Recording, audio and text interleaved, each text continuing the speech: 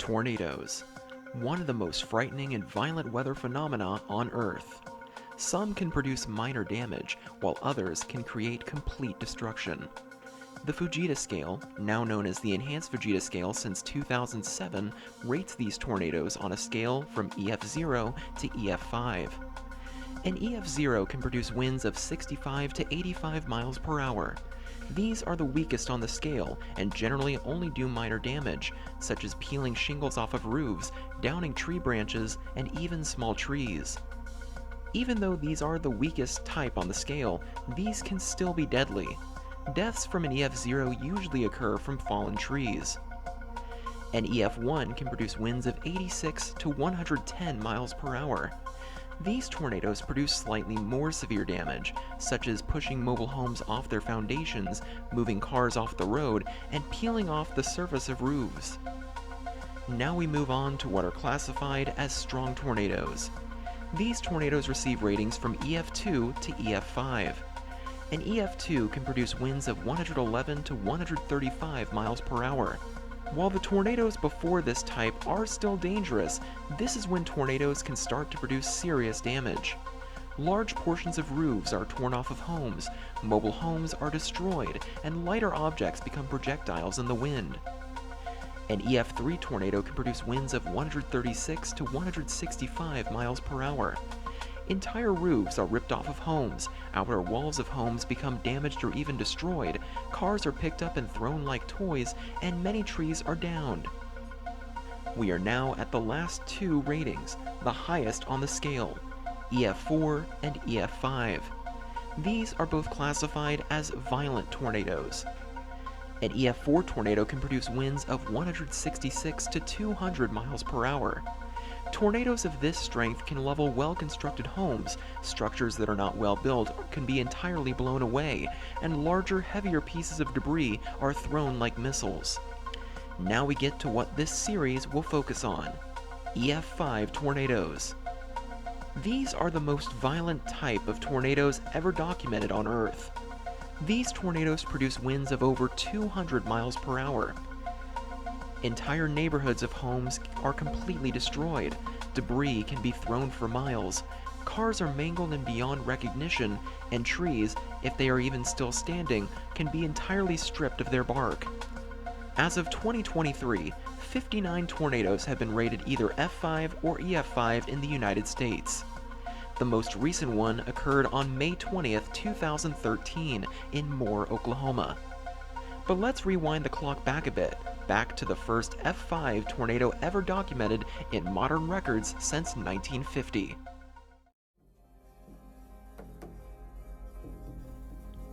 On the morning of May 11th, 1953, it was already muggy across parts of central and eastern Texas. Now, this isn't uncommon, as spring is usually a muggy time of year for the area. However, dew points were already rising into the mid-70s in an area from around Dallas to near Austin, Texas. Dew points near 80 degrees were sitting on the Texas Gulf Coast. Early morning storms were ongoing from near Abilene to Junction, Texas. These storms produced outflow boundaries, which is rain-cooled air being pushed away from a thunderstorm. These boundaries would play a role into how the afternoon and evening would play out. By the afternoon hours, storms began to develop on a dry line from the eastern Texas panhandle to near Midland. Multiple tornadoes would occur from these storms, becoming tornadic supercells. One of these cells went on to produce an F4 tornado in San Angelo, where it killed 13 people and injured around 150 others. By the late afternoon hours, a new supercell developed in southwestern McLennan County. This would be the supercell that would go on to produce the first documented F5 tornado in modern records since 1950. By 4:10 p.m. Central Time, the tornado first touched down near Lorena, Texas. There, it destroyed a home. It then moved to the northeast right towards Waco, Texas. As the tornado struck downtown Waco around 4:35 p.m. Central Time, it was estimated to have been a third of a mile wide. The tornado was rain-wrapped, making it very hard to see. A radar stationed at Texas A&M University detected what is known as a hook echo.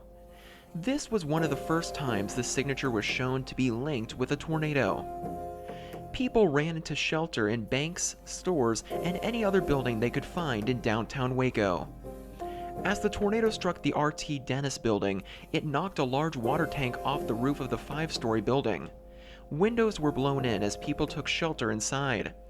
The building itself was destroyed, and unfortunately, 30 people lost their lives in that building alone. Another building, the professional building, was struck. Windows were blown out, and the roof was ripped off. A woman who ran to her car right before the tornado struck was in her car as it was thrown by the tornado. After the car landed on the ground, a 2-ton vehicle landed on her car, pinning her inside. Because of the weight of the vehicles, she avoided being thrown by the tornado again. 12 other people wouldn't be so lucky though, as they were killed in their vehicles as the tornado passed through the area. Multiple other buildings were either damaged or destroyed in downtown Waco. The tornado continued for about 5 more miles to the northeast before finally dissipating near the town of Axtell, Texas.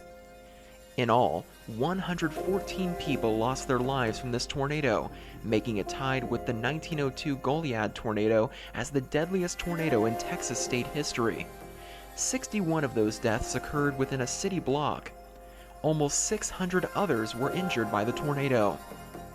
In all, the tornado produced about $41 million in damage, which would be just under $500 million in today's money. Almost 200 buildings and factories were destroyed, 217 were severely damaged, and 179 received minor damage. 150 homes were destroyed, 250 were severely damaged, and 450 received minor damage.